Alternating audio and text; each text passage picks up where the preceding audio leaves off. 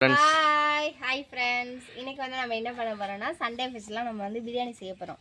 இது எங்க இருந்து வாங்கிட்டு வந்திருக்காங்கன்னா செல்வா திருப்பூர்ல இருந்து வாங்கிட்டு வந்திருக்காரு. இதோட நிஷாவோட வீட்டுக்கு எதுக்கு தான் இதோட ரேட் எவ்வளோனா 185 ரூபா போட்டிருக்கு. பாய் வீட்டு கல்யாண பிரியாணி. இது என்ன நன்றி மசாலானா உங்கள் எல்லாருக்குமே தெரிஞ்சிருந்திருக்கும் ஆல்ரெடி. சம்பர சிவகண்ணனோடது, அந்த அண்ணனோடது. அவங்க திருப்பூரில் உள்ள பிரான்ச்சில் இது வாங்கிட்டு வந்தேன்.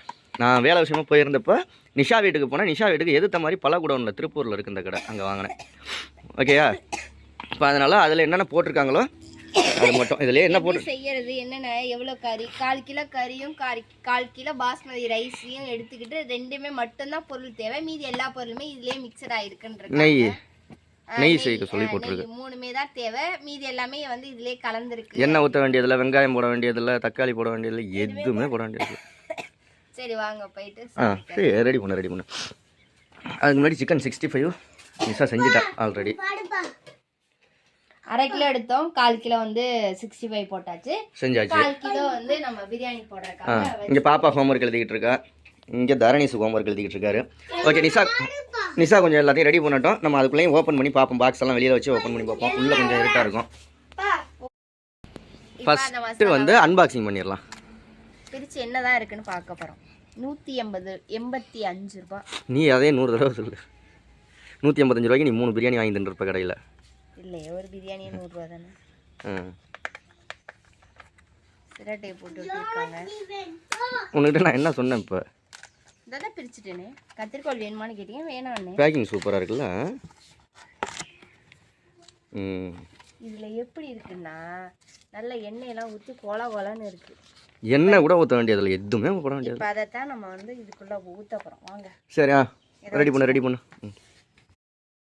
நம்ம வந்து உப்பு முதற்கொண்டு எதுவுமே போட தேவையில்லை, எல்லாமே அதுலேயே போட்டிருக்கு அப்படின்ற மாதிரி சொல்லியிருக்காங்க. இப்போ நம்ம வந்து ஓப்பன் பண்ணி ட்ரை பண்ணுவோம். இன்னைக்கு போய் இதுக்காக மெனக்கட்ட நிஷா பாஸ்மதி பிரியாணி எல்லாம், பாஸ்மதி ரைஸ் எல்லாம் வாங்கிட்டு வந்தேன். எப்படி பேஸ்ட் மாதிரி இருக்கு பாருங்க. போடு. டேஸ்ட் பார்த்துட்டு நிஷா எப்படி இருக்குன்னு சொல்லுவா.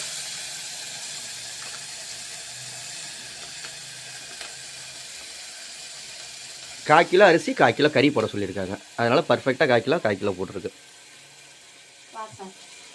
தூக்குதுல்ல நிஷா.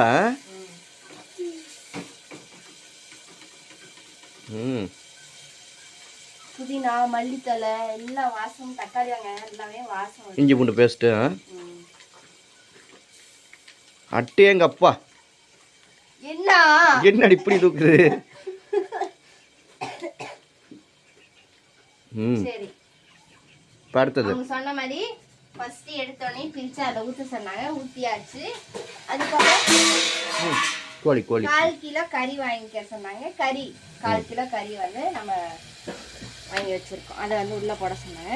நம்ம 1/4 கிலோ கறியை உள்ள போட்டாச்சு. நெக்ஸ்ட் ஒரு 5 நிமிஷம் வந்து வதக்கணும்.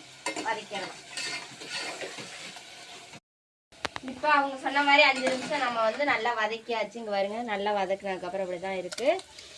இப்போ நெக்ஸ்ட் வந்து அரிசி, பாஸ்மதி அரிசி வந்து நம்ம வந்து ஒரு தண்ணி ஊற்றி நல்லா கழுவி அலசி ஊற்றிட்டு இப்போ மறு தண்ணி ஊற்றி ஊற வச்சோம். இப்போ அரிசியை வந்து சேர்த்துக்கலாம். அதில் போட்டு ஊற வச்ச தண்ணியை ஊற்ற வேணாலும் தனியாக டம்ளரில் ஊற்ற சொல்லி. இந்த தண்ணியை நான் ஊற்றவே இல்லையே. இப்போ இதையும் கலரி ஒன்றும்ல. பாருங்க கோழி போடு. என்னம்மா பிரியாணியா? அம்மா அந்த 5 நிமிஷத்தில் செஞ்சிடும்.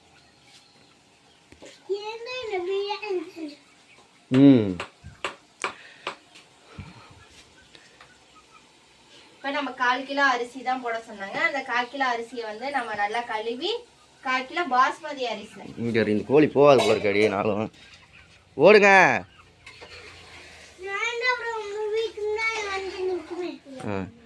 இது பிராய்லர் கோழி போடாமல் நாட்டு கோழி போட்டோம்னா இன்னும் கொஞ்சம் டேஸ்ட்டாக இருந்திருக்கும். இல்லை மட்டனும் செஞ்சுக்கலாம். மட்டனுக்கும் இதே மசாலா தான், சிக்கனுக்கும் இது. எது வேணாலும் போட்டுக்கலாம், சிக்கனோ மட்டனோ எது வேணாலும் போட்டுக்கலாம்னாங்க. நாங்கள் சிக்கன் எடுத்துருக்கோம். இப்போ அந்த அரிசிக்கு தகுந்த மாதிரி தண்ணியை வந்து நம்ம அளந்து ஊற்றிக்க போகிறோம். ஆமாம், நீங்கள் எழுதுங்க ஹோம்ஒர்க்கா.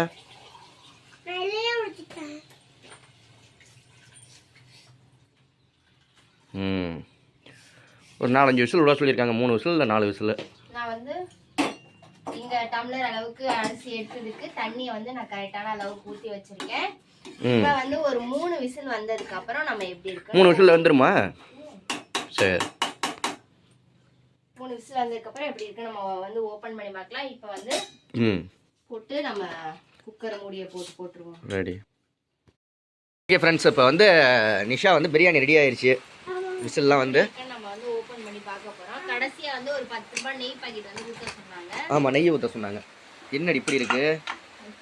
விசில் விடணுமா இல்லை கரெக்டாக வந்துருச்சா? கரெக்டாக தான் வந்துருக்கு. சரி சரி சரி. அது எண்ணெயா இருக்கு. எண்ணெய் நல்ல வாசனையாக இருக்காண்ணா. பாப்பா இதில் ஊற்றுறதுக்கு பாப்பா நெய் இரு பாப்பா. இதில் நெய்யை ஊற்ற வேண்டியது இல்லையா? இவ்வளோ எண்ணெய் ஊற்றி வச்சுருக்கேன்.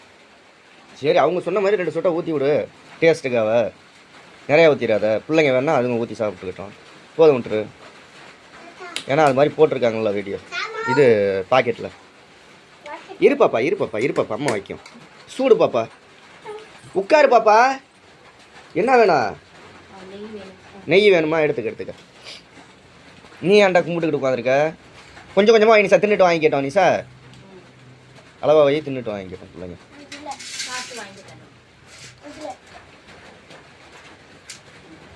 ஆ சூப்பர்.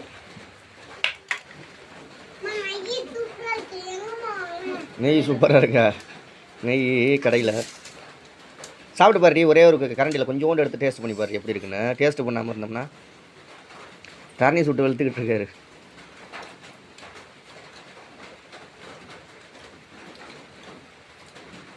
வெளியில் சரியான மிளங்க. சூட்டோட எப்படி இருக்கு?